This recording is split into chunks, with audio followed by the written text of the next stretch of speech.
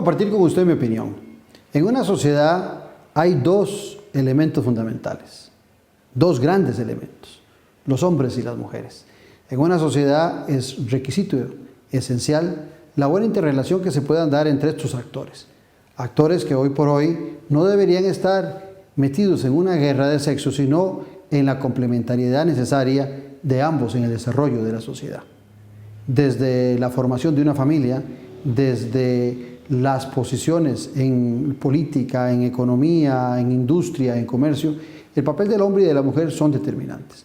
La relación de equidad que debe existir entre ambos, a sabiendas de que pueden haber diferencias biológicas entre unos y otros, es fundamental.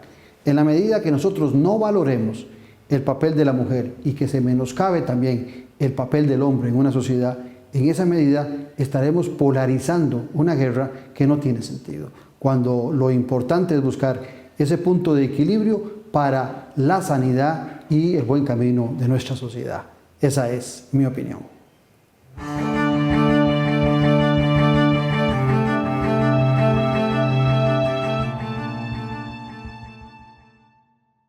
El bien despierta en vos cada día. ¿Por qué crees que vivir en bienestar es posible para todas las personas? Porque para hacer el bien, proteges con dedicación el futuro, pero también cuidas con amor las raíces que nos sostienen. Esa ilusión que te mueve a sonreír cada día, porque sabes que el bien que haces hoy regresa a vos siempre. Junta de Protección Social, para hacer el bien juntos.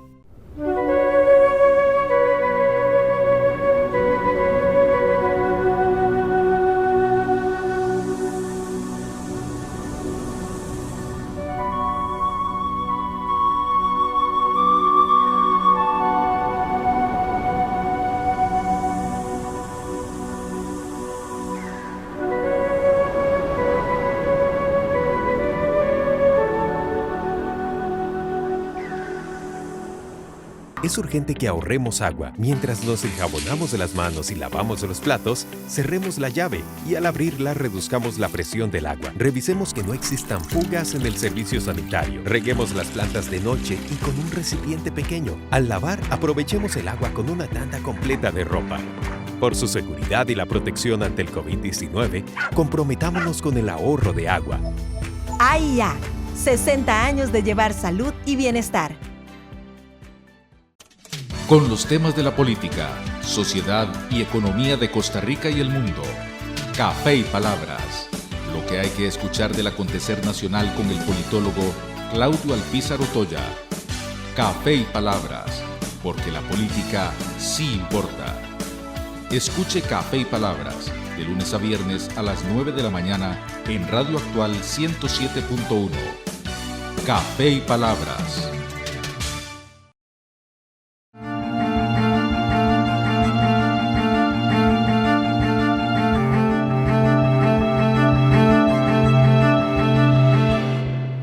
En los últimos tiempos da la impresión que estamos en una guerra de sexos entre hombres y mujeres. O por lo menos algunos grupos plantean esa guerra de sexos cuando al final de cuentas la misma biología y la misma naturaleza nos dice que somos complementarios unos de otros. Para hablar de este tema he invitado a la experta. He invitado a la máster Maricia González Borbón, quien es psicóloga y psicopedagoga clínica, especialista en autismo, en codependencia y en la atención de las víctimas de violencia doméstica. Maricia tiene más de 20 años de atención de niños, adolescentes y adultos en diferentes áreas. Maricia, qué placer tenerte aquí en Noche sin Tregua. Gracias, don Claudio. Aquí para manejar esta temática que se las trae, ¿verdad? Porque desgraciadamente hoy en día estamos ante un ambiente bastante tenso sobre estos temas. Sí, hay se polariza el tema y algunos grupos, no diríamos que toda la población, sería falso, pero hay algunos grupos interesados en polarizar la relación entre el hombre y la mujer, cuando al final de cuentas, como lo hablábamos un día en el programa de radio, somos complementarios. ¿Por qué piensa la experta que se da ese choque que algunos se pretenden incentivar entre el hombre y la mujer? Bueno, realmente tenemos que empezar por hablar de que existen muchos prejuicios ¿verdad? Que es lo que nos ha determinado la cultura que hemos ido desarrollando, y esto viene dado de que de la parte de las limitaciones, de los roles, ¿verdad? Que se nos han venido dando todo el tiempo, y la mujer siempre detrás del hombre. Vámonos a que desde el siglo XVIII estamos luchando. Es cuando se hace la primera lucha para empezar con estos temas, y en Costa Rica tenemos 93 años, 98 por ahí andamos, de estar con la señora Brown, que fue la primera que impulsó en Costa Rica el feminismo. ¿Y qué hemos avanzado, don Claudio? Realmente tantísimos años, se han dado pasos, pero los avances no han sido tantos. ¿Y qué es lo que va generando esto? La mujer va creyendo en algún momento que está quedándose atrás, va sintiendo que está siendo menospreciada y empieza a hacer por luchas, pero no es una lucha generalizada. Acordémonos que nosotros somos creados por nuestro entorno, formados por nuestro entorno, venimos de valores, principios que nos inculcan desde la niñez, y eso nos va vamos formándonos hasta que somos adultos. Le comenté que la niñez, los primeros 6 años de la niñez son los años más importantes del desarrollo del ser humano. ¿Por qué? Porque lo que en esos 6 años se determine o se introyecte en el menor es lo que va a ser de adulto. Entonces es muy importante esos 6 años, y tan importantes son que es en los 6 años donde el niño permanece pegado completamente a su madre. Es una necesidad. ¿Para qué? ¿Por qué? Porque ella le suple todas las necesidades básicas. El abrigo, el alimento, la comida, pero es tanto esa emocionalidad de esa conexión de madre e hijo la que le da la seguridad, el apoyo, toda esa seguridad que le da.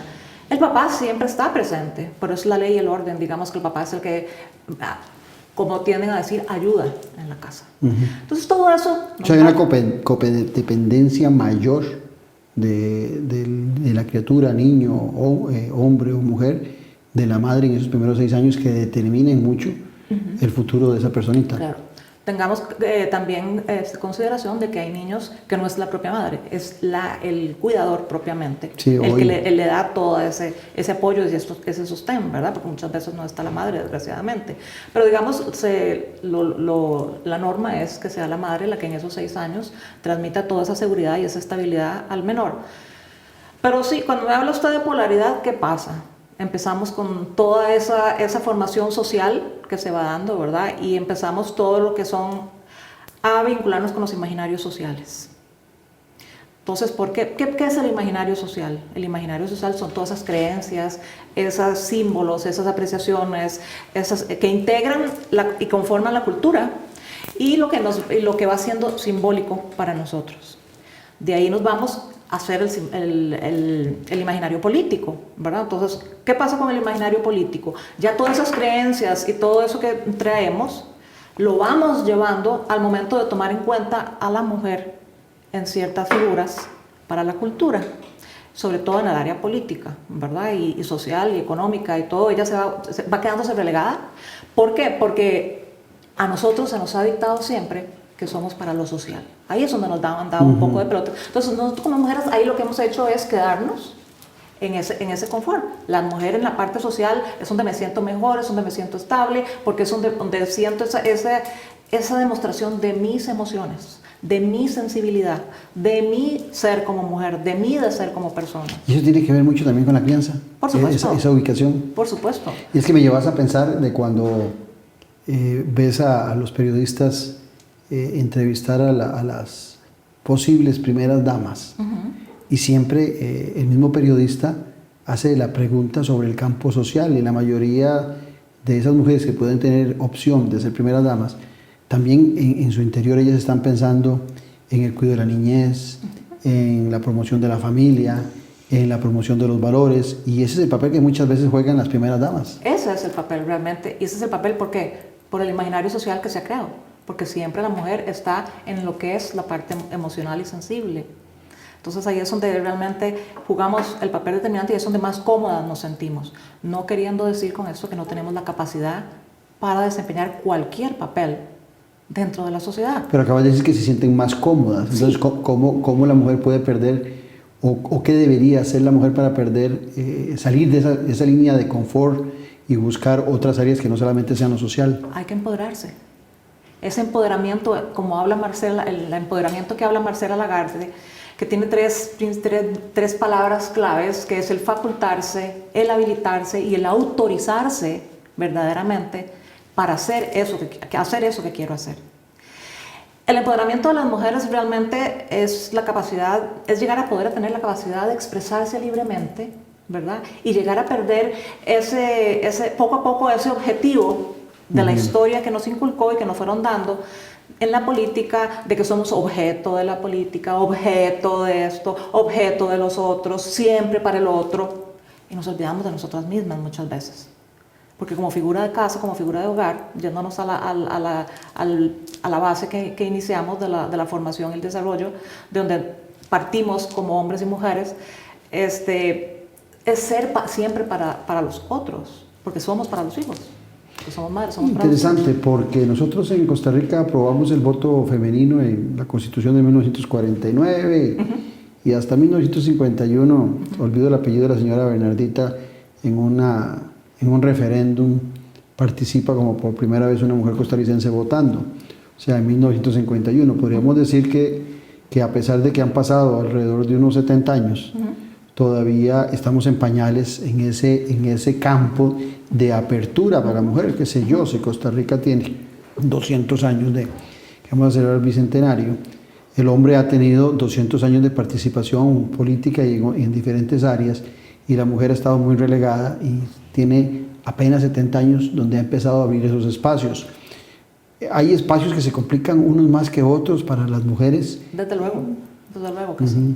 ¿Por qué? Porque existe todo ese estigma que tenemos de que las mujeres siempre van atrás.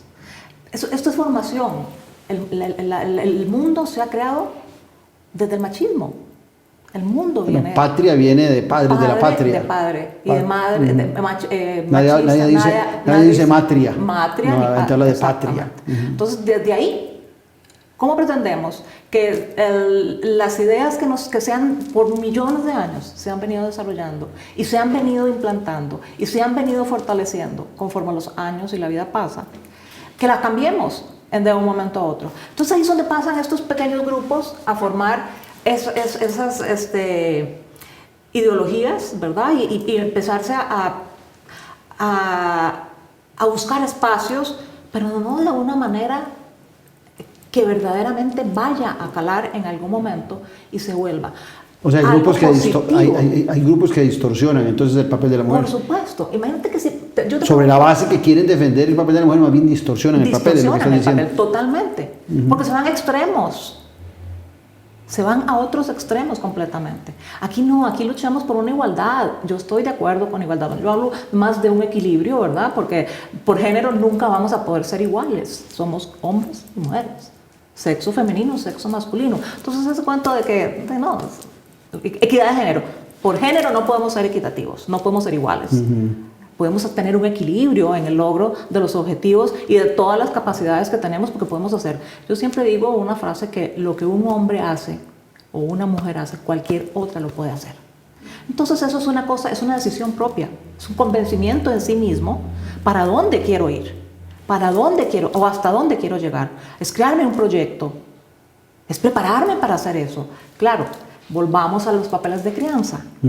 Si yo nazco y me formo en una casa donde una mamá ya es empoderada, una mamá ya es participativa por, digamos, una familia de políticos que se desarrollan en un ambiente político. Entonces, esa gente ya viene con una disposición o con una garantía de que esa mujer pueda representar... El hecho de que los dos fueran profesionales en la familia. Exactamente. Y que los dos tuvieran trabajo. Exactamente. Hay un empoderamiento mayor para la criaturita. Por supuesto, porque ya viene empoderada en esos temas. Entonces aquí es donde influye tanto el entorno inmediato. A partir de los 6 años yo aprendo de mi entorno. Entonces ahí es donde se aprende. Ahí es donde salen un montón de mujeres, que no vamos a decir que no hay, pero tampoco es muchísimas, que tienen ese poder y esa decisión ya, porque ya la aprendieron. ¿Será por eso que en la urbe se empoderan más las mujeres que en las zonas rurales? Por supuesto. Por El supuesto. acceso a la educación, El- el acceso al trabajo, al empoderamiento que da el trabajo. Por supuesto. Y en las zonas rurales, ¿qué pasa? Es la cultura también. La cultura al campo, a las cosas siempre tradicionales. O sea, no avanzan. Pero hay una cosa muy importante que yo te quiero preguntar. A ver, desde lo que has podido, y vos que lees tanto y sos tan preparado en tanto tema, se cambian las leyes, ¿verdad? Se van cambiando las leyes para que se le dé a la mujer las posiciones. Supuestamente con ese cambio de la ley va a cambiar la sociedad. ¿Se da o no se da? No, no se da. Yo te lo digo en la experiencia política que he tenido, ¿verdad? Sí hay mujeres que participan en política, pero son una cantidad muy, muy inferior a los hombres. Qué sé yo, en eso que decís vos, se establece esa equidad en una papeleta de diputados. Se pide que vaya en la de presidente, un vicepresidente hombre y una vicepresidente mujer. En los consejos municipales se pide parecido, entonces está la igualdad horizontal y la vertical que se empieza a buscar, pero a la hora de buscar mujeres para esos puestos, siempre hay más hombres.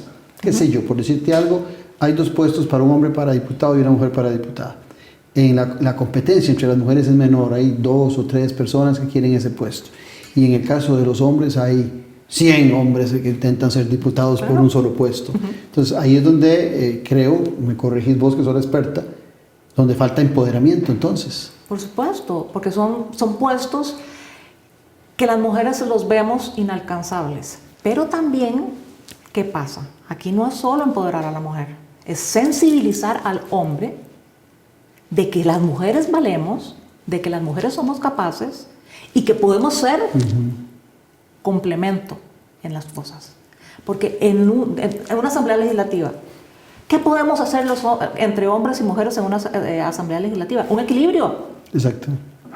En cambio, si son solo hombres, no va a haber un equilibrio. O si estamos en disparidad, no va a haber equilibrio de pensamiento. Entonces, para la toma de las decisiones, donde tiene que ver mucho la parte social, digamos que la económica hay gente muy preparada y todo eso, cada uno que en ese momento apoye, pero la parte social, que es la que está más afectada realmente en nuestro país y en el mundo entero, yo siento que es... Y donde la mujer, lo decías vos antes, tiene mayor capacidad y que siempre lo ubicamos en lo social. Exactamente. Entonces, con más razón, debemos ser partícipes ahí y tomar roles preponderantes en las diferentes comisiones y todo que se desarrollan para enfocar brillar estos problemas. Es interesante, Maricia, porque acaba de decir una palabra que es la palabra sensibilidad, que es una palabra que genera, que no es, cuando uno lo busca en el diccionario, es una palabra más bien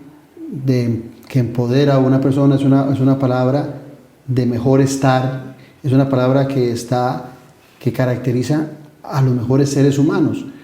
Pero en muchas ocasiones la palabra sensibilidad, cuando la gente dice la mujer es más sensible, se ve esa palabra como una debilidad, cuando más bien es una fortaleza que la mujer sea más sensible. Te lo digo porque uno como politólogo pasa diciendo constantemente que ocupamos políticos más sensibles dentro del marco de lo que vos estabas contando antes, que sientan realmente los padecimientos de la sociedad. Entonces esa sensibilidad que vos decías antes que tiene más la mujer que el hombre en el campo social es un beneficio y no una debilidad como lo plantean algunos. Por supuesto. Empecemos por definir sensibilidad. Todo el mundo asocia la palabra sensibilidad y le podemos preguntar, y yo me tomé, después del programa de televisión que tuve el gusto de compartir con usted, me tomé la tarea de 2 cosas, de preguntarle a la gente qué les significaba sensibilidad. Le pregunté a 12 personas y de las 12 personas, 10 me contestaron debilidad. Una persona más débil, una persona más frágil, todo el mundo asocia eso. Y eso no es es lo contrario. La sensibilidad del ser humano es dejarse llevar por las emociones, por los afectos. Eso es lo que es la sensibilidad. Y desde la sensibilidad emocional propiamente es poderse identificar las emociones de los otros y de las de nosotros mismos. Entonces, desde ese punto de vista, empecemos entonces, ¿qué son las emociones? Las emociones son acciones.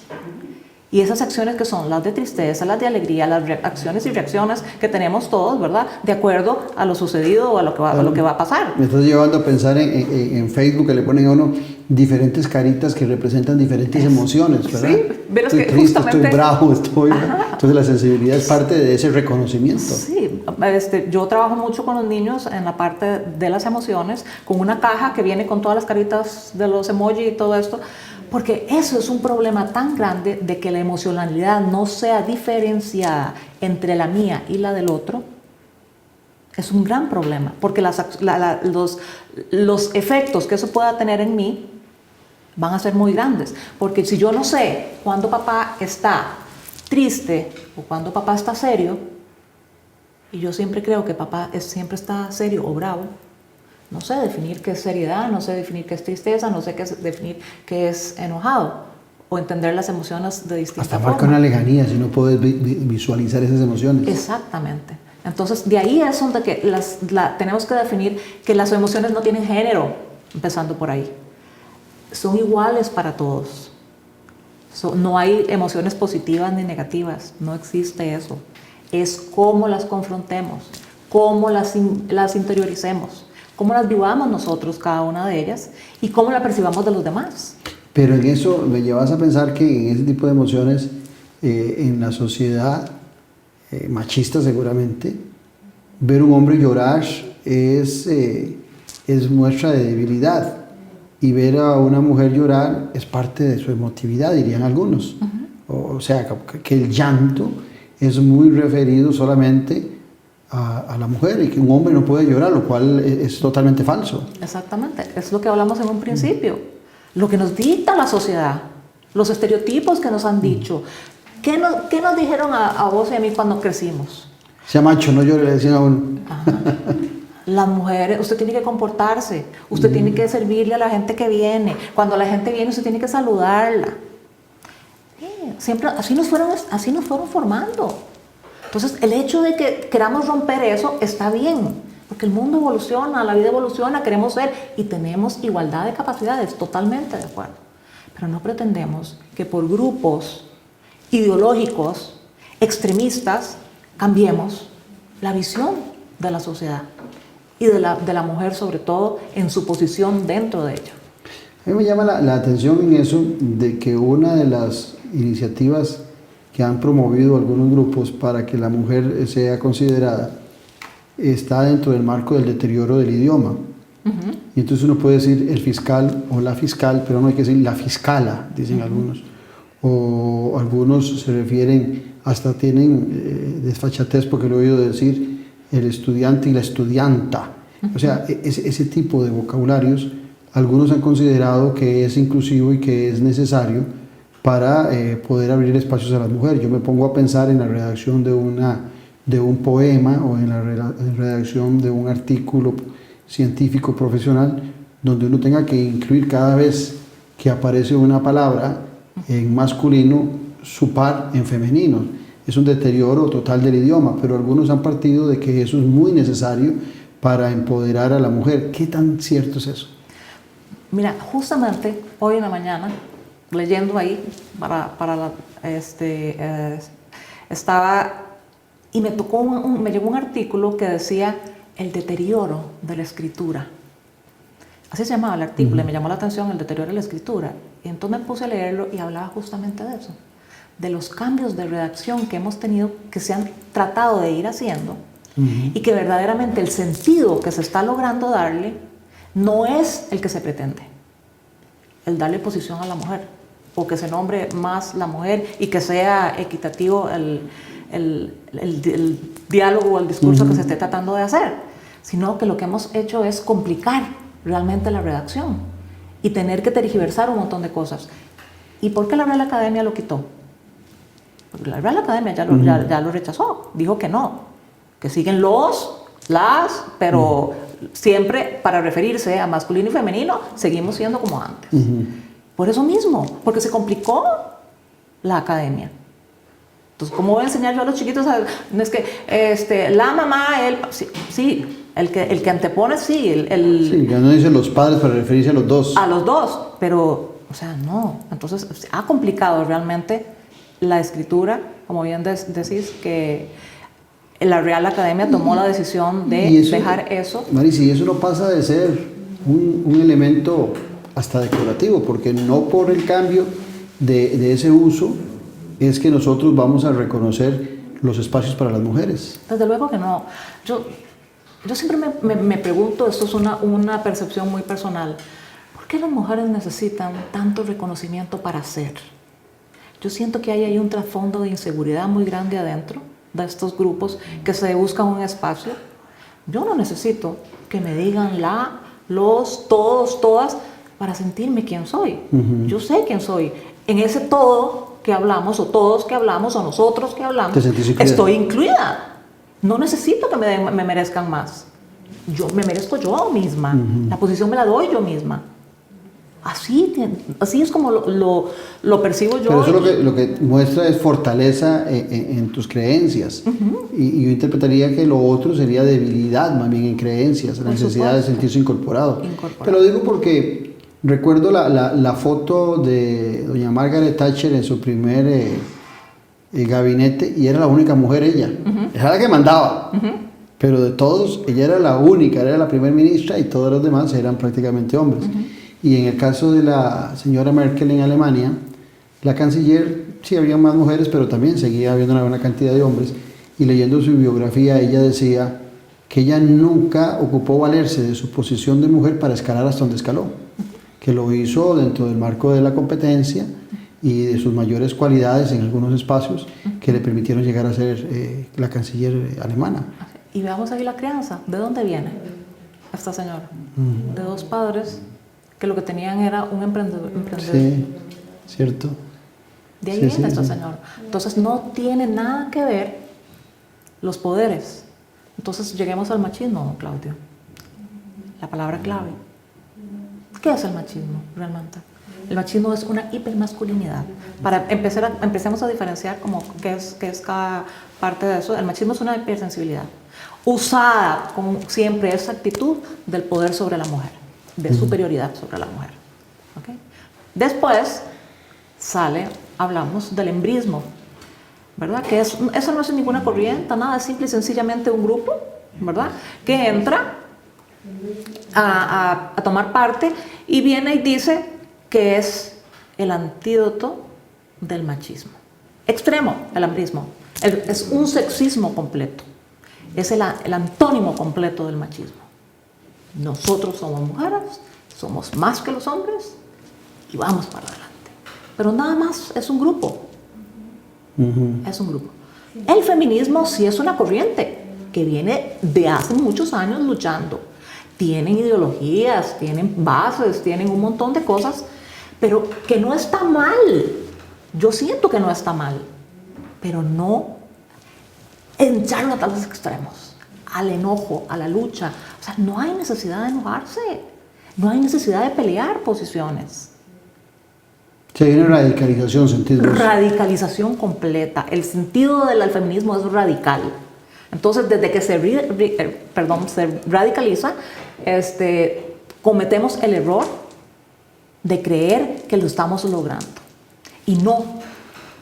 Si nosotros somos más pasivas, más inteligentes, más seguras de lo que realmente queremos, lo vamos a lograr más rápido.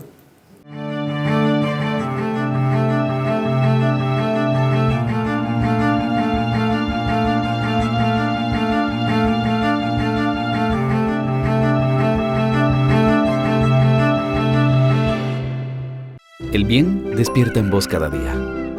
¿Por qué crees que vivir en bienestar es posible para todas las personas? Porque para hacer el bien, proteges con dedicación el futuro, pero también cuidas con amor las raíces que nos sostienen. Esa ilusión que te mueve a sonreír cada día, porque sabes que el bien que haces hoy regresa a vos siempre. Junta de Protección Social, para hacer el bien juntos.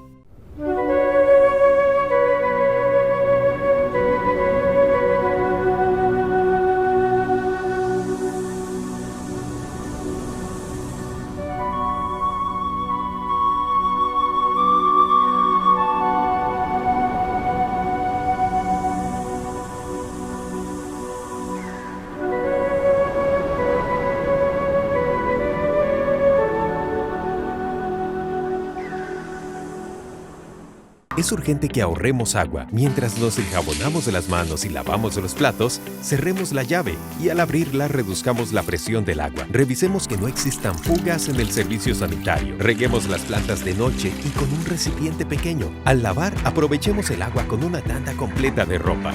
Por su seguridad y la protección ante el COVID-19, comprometámonos con el ahorro de agua. AIA, 60 años de llevar salud y bienestar. Con los temas de la política, sociedad y economía de Costa Rica y el mundo. Café y Palabras. Lo que hay que escuchar del acontecer nacional con el politólogo Claudio Alpizar Otoya. Café y Palabras, porque la política sí importa. Escuche Café y Palabras, de lunes a viernes a las 9 de la mañana en Radio Actual 107.1. Café y Palabras. El bien despierta en vos cada día.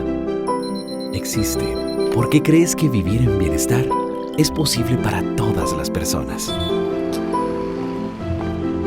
Junto a vos, el bien se mueve hasta cada rincón.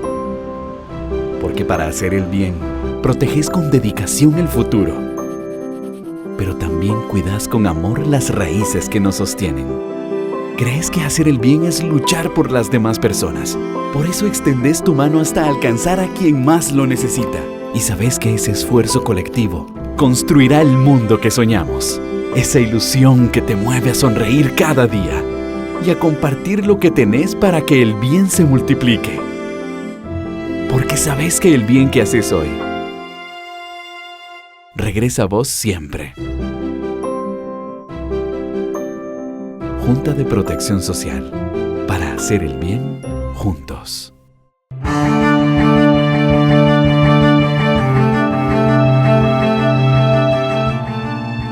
Me llama la atención eso que decís, que el machismo es una hipersuperioridad. Dijiste, ¿verdad? ¿Una qué? Perdón. Hipersuperioridad del hombre sobre la mujer. En esa relación de que la gente plantea el machismo, a veces hasta hablan de micromachismos, o sea, de cosas que no son ni sensibles ni susceptibles a la mayoría de la gente. Dicen, ahí hay micromachismos. ¿Qué análisis haces vos sobre eso que llaman micromachismos? Porque muchos que podemos ser de generaciones pasadas, siendo muy equitativos, siendo muy pro los espacios de la mujer, pudiéramos tener en nuestro comportamiento algo que llama a la gente micromachismos que no los percibimos ni los sentimos. Pero es que volvemos a la misma base, a la formación. Si a mí siempre me dijeron que yo tengo que cuidar a los chiquitos, yo voy a cuidar a los chiquitos. Si a vos te dijeron, a la mujer no se le pega, Sí. excepto ya los que distorsionan su pensamiento, ¿verdad? Y ya hay otras condiciones por las cuales son personas agresivas, no lo haces. Pero ya es una formación que se trae. Pero volvemos a al tema de la sociedad. ¿Qué pasa? La sociedad dice, ¿y por qué son esos micromachismos? Porque siempre siguen los prejuicios. Y siempre los prejuicios van a fortalecer los micromachismos. Porque siempre voy a actuar si todavía se siguen aceptando tantas cosas.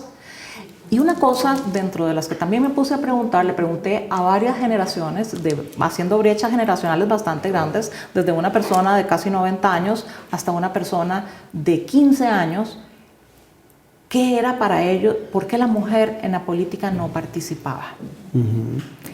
La persona adulta mayor me contestó, porque el hombre siempre se ha creído más que la mujer.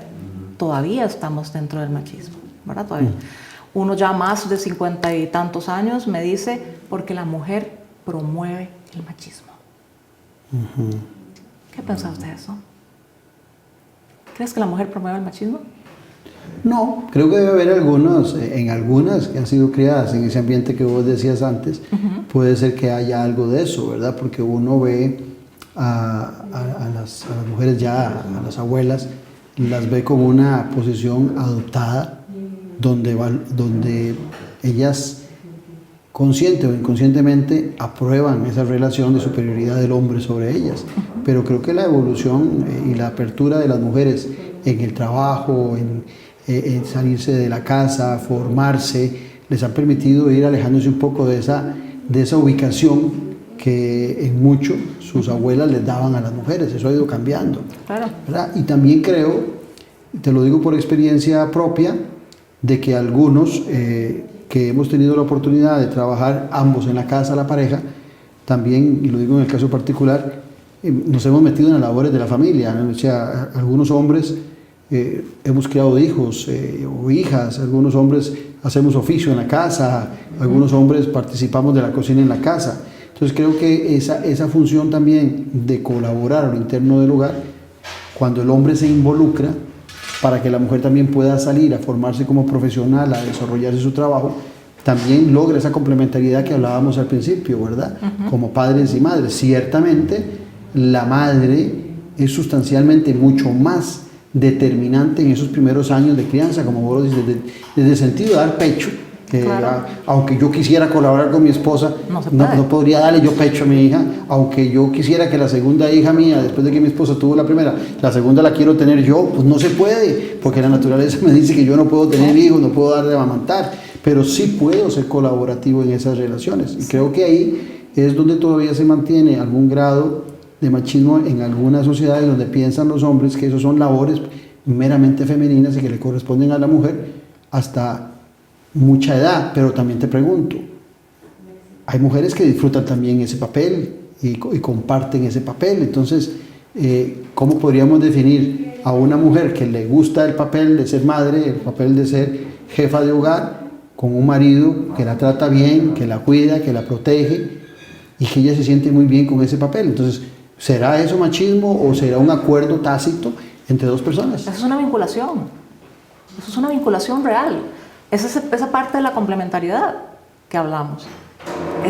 La vinculación del hombre y mujer es una decisión de cada pareja. Estamos hablando en posición de familia, ¿verdad? Entonces, si a vos te gusta cocinar, qué bien, cocina. Pero eso no me quita a mí que yo pueda cocinar. O sea, son papeles que uno decide. Eso, porque dicen, es que muchos de los hombres dicen que, hablando, cuando me dijiste los micrófonos, es que yo ayudo en mi casa. Es que no es que ayuda. Cumplen con su labor. Son las responsabilidades que se asumieron como padre y madre, nada más. Pero si yo estoy haciendo incómodo esas cosas, porque me las están imponiendo, porque me dicen que tengo que hacerlas, esa vinculación nunca se va a dar. Porque yo siempre voy a tener un retraimiento hacia el darme verdaderamente a la posición que quieren que yo me ponga. Un día eso veía en la Deutsche Welle, que me gusta mucho, el canal alemán, hace varias semanas, un programa de dos hombres que ellos entrevistaban, que en vista de que la mujer, su esposa, era más exitosa profesionalmente y tenía mejor salario, mejor posición económica y de trabajo, ellos decidieron ambos que al momento del embarazo de sus esposas y el nacimiento de sus hijos, que ellos iban a dedicarse a la crianza de los hijos, porque si alguien tenía que sacrificar el trabajo, eran ellos, porque el trabajo de ellos era, digamos, menos salario, más mal pagado que el de su esposa, entonces mejor cuidaban de la esposa. Y entonces ellos cubrían todas las acciones, se veían en el video, con los chiquitos sacándolos a pasear, cuidándolos, cocinando, haciendo todo lo que normalmente nosotros vemos a una mujer. Pero no por eso uno podría juzgar a estas mujeres profesionales exitosas de hembristas que tienen a sus maridos totalmente avasallados cuidando niños y cocinando. Y lo digo porque tampoco a la inversa, en la pregunta que te hacía, se puede dar cuando alguien hace esa relación en esa complementariedad y en esa disponibilidad de renunciar a algo viendo que el otro es más exitoso o que el otro tiene más espacio y sabiendo que hay algunas otras labores que tienen que cumplir dentro del hogar y el hombre o la mujer puede decir, no, eso lo voy a hacer yo. Pero en ocasiones eso es tachado como machismo por algunos, pero en este caso que te cuento de estos dos alemanes, podríamos decir entonces, no podríamos decir que es un hembrismo, que los tienen avasallados porque están haciendo labores de familia. Fue una decisión propia. Cuando uno decide, el poder de decisión está en uno y nadie más. Yo decido por mí, yo no puedo decidir por nadie más. Si yo lo acepto y yo lo decido que lo voy a hacer, lo hago. sin derecho a nada. O sea, es que ni a reclamo. En algún momento que no, si lo decidió y así se decidió y así se aceptó, así se hace. Nada más. Ahora, viene el otro tema que también en ocasiones analizo y lo conversamos un poco en el programa de radio, que es el tema de algunos nichos de conversación o de discusión que dentro del marco del feminismo o del embrismo se dice un hombre no puede hablar de ese tema porque no es mujer. Un poco también sería como decir a las mujeres, ustedes no pueden hablar de ese tema porque ese tema es de masculinidad, es de hombres, no se meten en ese tema. Hay temas de hombres y mujeres donde uno como hombre no pueda participar o que una mujer no pueda participar, te lo digo, y el que se me viene más a la mente es cuando un hombre empieza a hablar de si está en acuerdo o desacuerdo del aborto, principalmente cuando está en desacuerdo del aborto, que le dicen, usted ese tema no puede hablar porque usted es hombre. Entonces, existen temas donde un hombre o una mujer no pueda referirse porque lo descalifica su sexo. Definitivamente no. O sea, como que el poder de la palabra es de uno. Uno tiene el derecho de hablar lo que quiera. Nada le impide transmitir lo que siente y piensa. Eso es una agresión. El que le impide al otro, le dice al otro que no puede hablar o no tiene el derecho de hablar, eso es una agresión. Ahí llegamos a otra forma de representación del machismo o del feminismo, del embrismo. Más bien sería. Exactamente, del embrismo. Entonces, ahora, en ese mismo ámbito, Maricia, de esos nichos donde se le prohíbe a alguien expresarse, no estamos cayendo en vuelvo al tema inicial que hablaba yo, en una lucha de sexos en donde en lugar de valorar esa complementariedad que debe haber, lo que se está incentivando más bien es un distanciamiento entre las relaciones entre el hombre y la mujer. De hecho que sí. ¿Por qué hay tanto divorcio? Porque no existe verdaderamente la comunicación. El eje fundamental de las relaciones interpersonales es la comunicación. Si no nos comunicamos, si no hablamos, si no decimos, si no nos hacemos sentir, no vamos a lograr nada. ¿Cómo transmitimos los mensajes? Y ahí eso tiene mucho que ver, la forma de uno, la seguridad de uno, la percepción de uno, de todo lo que uno quiera transmitir. Cuando se formó el Patronato Nacional de la Infancia en 1930, la ley establece que se crea para la protección de la madre y del hijo. Eso está establecido. Y fue creado solo por hombres. Eran los que disponían, eran los legisladores. Cuando se dio el derecho a la mujer en 1949 al voto, fue una decisión de solo hombres. Dichosamente, después de aquel momento, lentamente, pero ya en los últimos años con un poquito más de espacios y con más cantidad, encontramos con más frecuencia una buena cantidad de mujeres participando en la Asamblea Legislativa y como ministras, algo que en tiempos pasados no era lo regular, podía haber una, dos, pero era más bien la excepción y no como hoy, que es una característica muy particular.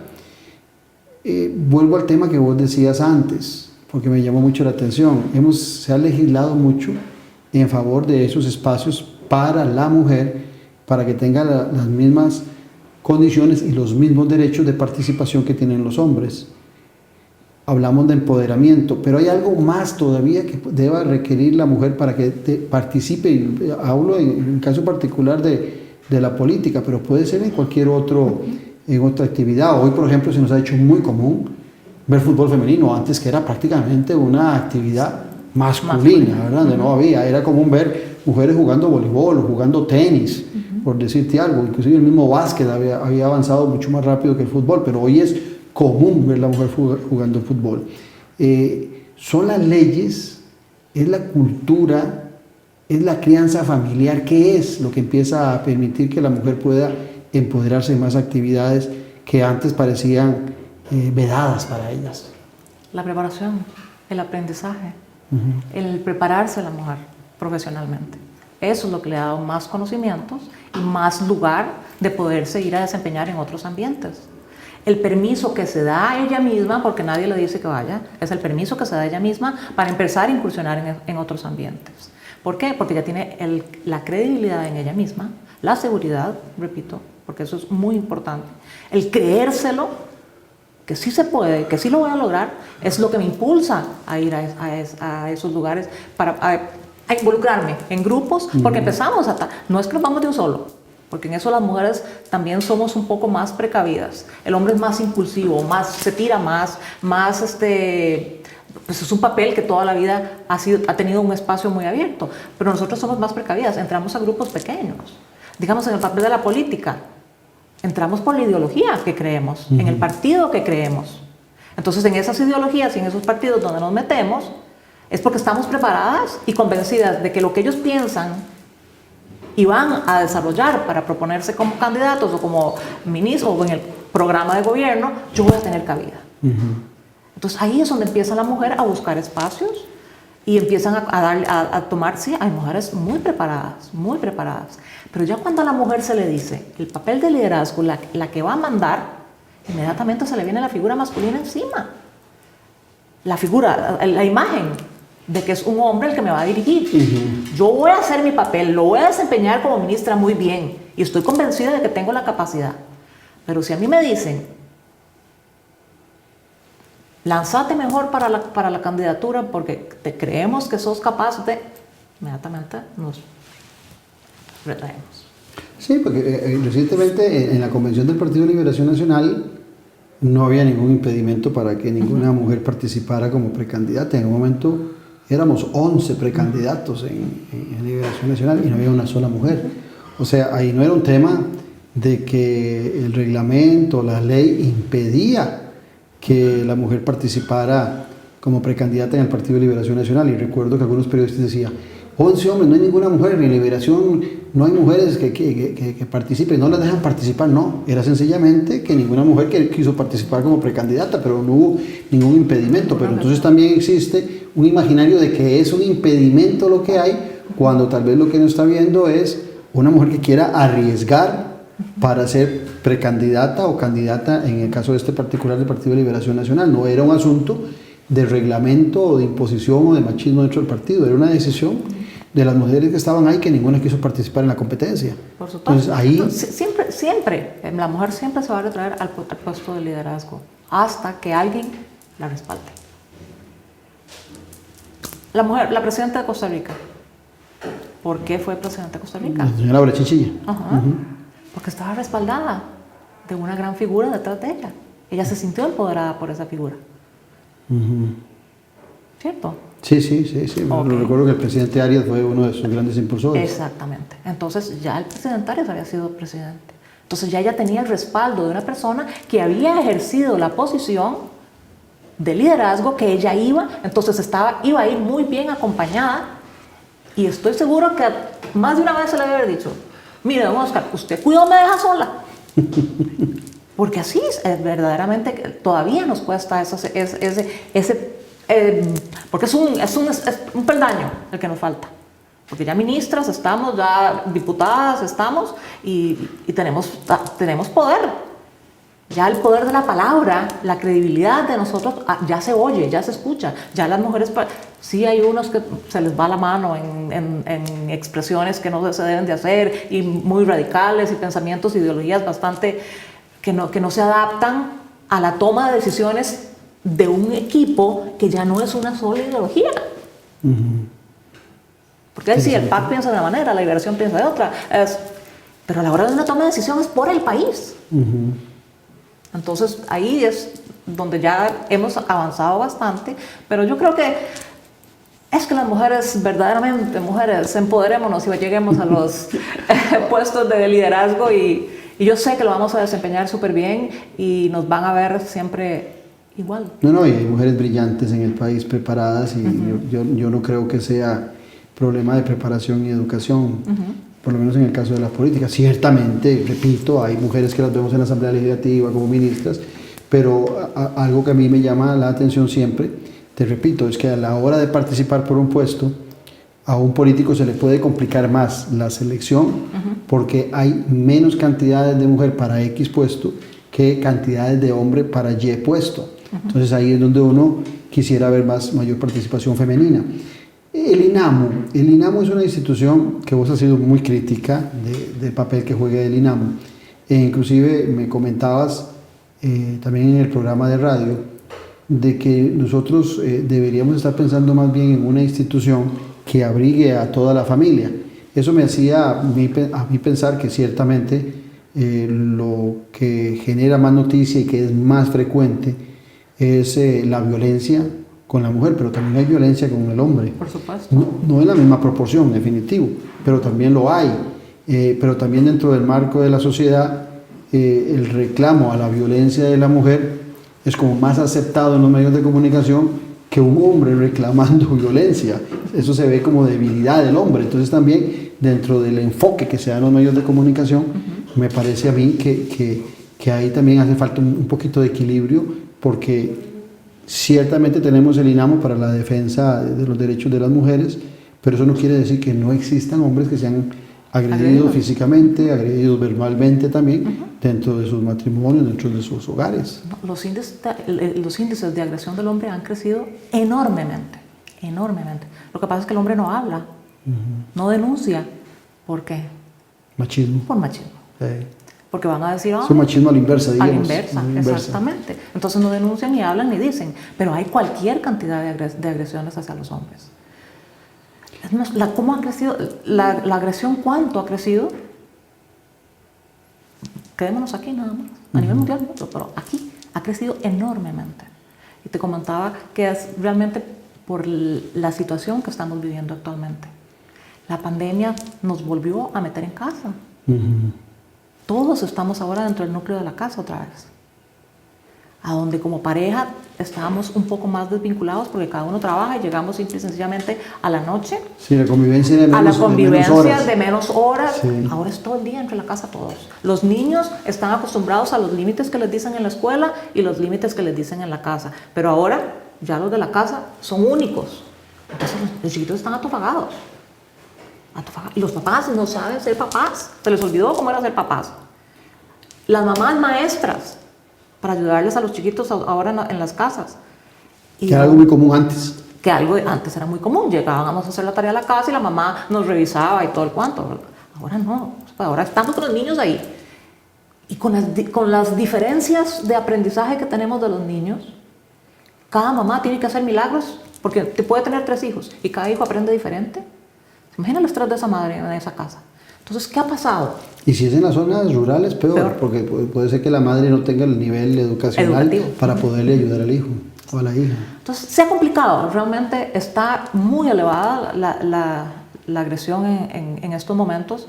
Y yo siento que los entes no están cumpliendo, ni han cumplido, porque desde que nacieron nunca se ha hecho nada. Nunca han mejorado tanto. Algo se hace ahí. Pero yo fui usuaria del INAMU. Yo fui víctima de violencia doméstica. Yo cuando tuve la necesidad del INAMU, a mí lo que hicieron en el INAMU fue revictimizarme. Tanto así que perdieron mi expediente en el INAMU. Eso es protección a la mujer cuando está en riesgo. El INAMU, yo siento, y muchos de estos entes lo que ha hecho es que están acaparados por el feminismo. Pero es de feminismo ortodoxo radical. Lo que hay que hacer es cambiar los lineamientos, una modificación total de los lineamientos y hacer un ente integral para la familia. Porque ¿cómo atendemos solo a la mujer y los niños? ¿Y los hombres? ¿Y entre los niños hay mujeres y hombres? No. Sí, y me contaba una buena amiga que en el caso del PANI hay que darle un giro porque solo se está atendiendo la violencia hacia el niño y no la prevención de la violencia. Y hay 2 o 3 pasos anteriores que el PANI debería estar atendiendo antes de atender solamente la violencia. ¿Pasa algo igual con la mujer? Por supuesto. La mujer da muestras o va a pedir ayuda muchas veces. Lo que pasa es que uno va a pedir la ayuda y sale decepcionada de la ayuda que recibe. En los juzgados, en la corte, en el INAMU, en todo lado. Se queda la institucionalidad. Se queda en la institucionalidad. No avanzan. Entonces, ¿En qué ha avanzado el INAMO en la violencia doméstica? Vos conoces más que yo, no sé. No ha avanzado. Seguimos en aumento. Si tuviéramos prevención, estuviéramos realmente con programas de prevención desde la niñez, desde las escuelas, donde los niños empiecen a aprender a romper patrones que vienen de muy atrás, porque son patrones de crianza que hay que romper, estaríamos con un índice más bajo. Pero en lugar de disminuir, crece. Hay un plan de equidad ahí también, creo que es 2020, 2030 o 2018, 2030, del INAMO para buscar la igualdad entre el hombre y la mujer. ¿Has tenido la oportunidad de ver ese plan de 12, 15 años? Porque ahí está planteado. Está planteado en papeles. Este país eso es, todo se queda en papeles.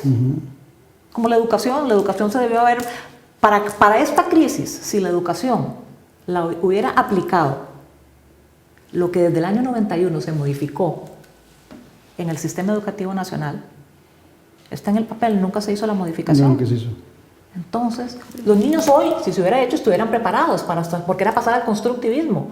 Cada quien construye su aprendizaje. Entonces, los niños perfectamente hubieran sido capaces de irse a su casa a estudiar solitos y avanzar de acuerdo a sus capacidades y sus habilidades. Y no decirles, vaya, estudien digitalmente, vaya, estudien a distancia, cuando ni se les ha preparado para eso. Ni se les ha preparado. Ni la tecnología ha llegado. La emocionalidad de estos niños está totalmente golpeada.